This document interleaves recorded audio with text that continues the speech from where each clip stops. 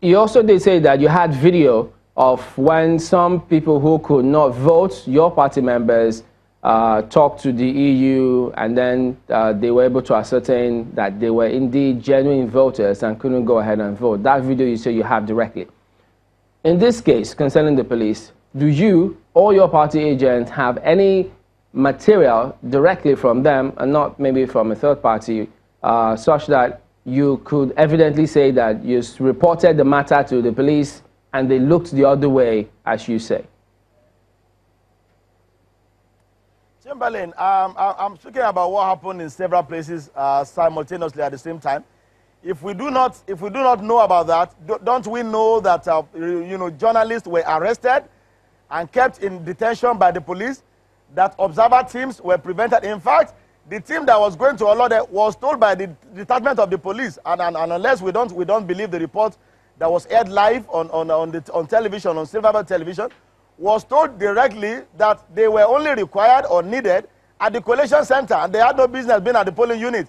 So these are things that happen simultaneously in different locations, and many of these people that were affected approached the most senior police officers at the location, who told them they could not do anyway.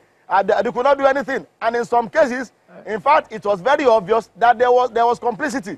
The lawyer, whom we had a video of a man who's gone viral now, who's a legal practitioner, who was beaten up at Olode. He was beaten up. His head was smashed.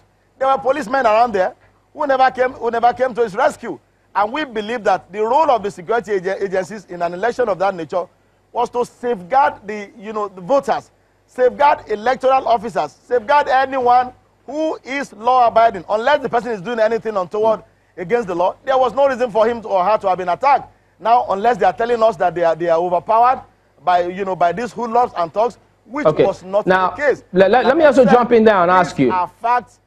Just a minute. I know that you also spoke about Osogbo, but there were several reports as well from other people who said that in the polling units where they manned and observed proceedings there, the elections went on peacefully. So what some people say occurred in terms of the violence, which they say marred it, may have happened not within the precincts of those where they were voting. But let me jump to the key one that I'm gonna ask you now about Osogbo, where you say 10 people were apprehended and handed over to the police.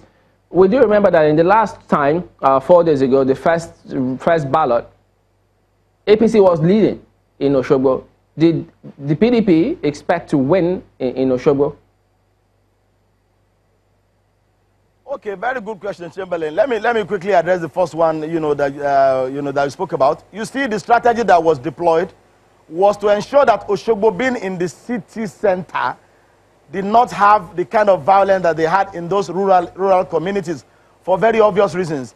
And I just told you that what was done in Osogbo was to mobilize a huge lot of voters who were not registered in that polling unit. They were apprehended and handed over to police. Now you ask me whether PDP expected to win. Why would PDP not expect to win in Osogbo? Why shouldn't we expect to win elsewhere?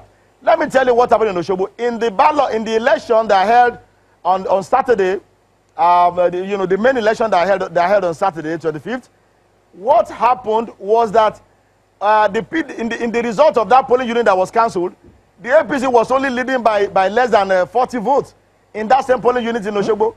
In the rerun election, many of the people who voted for other political parties had made up their mind that they were going to vote for the PDP, because they were voting for other political parties then with the hope that those parties could also make it. They were all united against the All Progressive Congress. And so there was no reason for the PDP not to have won. But take your mind back to what happened in Orolu. Orolu was won overwhelmingly by the PDP in the main election. But now, because of the violence and the intimidation that happened there, they closed up the gap in Orolu and then went massively to perpetrate massive rigging in Ife South and Ife North local government. Now, if you look at the result in Ife South and Ife North, and this is what we should be doing, analyze the result in Ife North and Ife South from the unit that were not cancelled, you will discover that the margin between the APC and the PDP was very minimal. In some cases, in some polling unit, you have 13 votes, you have 14 votes. Now you are recording 500 and something votes to 5. in a rerun election. Now, this is a charade, like I said. It's disgusting. It's very obvious that all these are calculated to reaching a desired end. And it is very unfortunate that a country that has moved forward in its democratic process can regress and revert back to this kind of situation. Very, very, very unfortunate, Chamberlain.